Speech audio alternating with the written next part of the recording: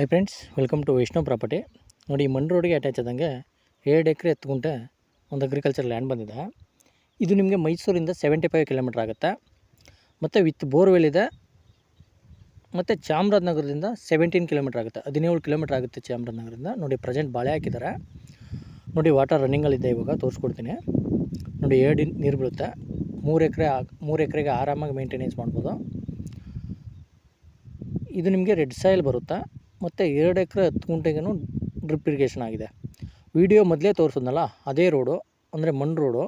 1.5 kilometre ಬರಬೇಕು, ಅಂದರೆ government ರಸ್ತೆ. ಅದು ಬೇರೆಯವ್ರ ಜಮೀನು ಮೇಲೆ ಏನು ಬರೋ ಅವಶ್ಯಕತೆ ಇಲ್ಲ.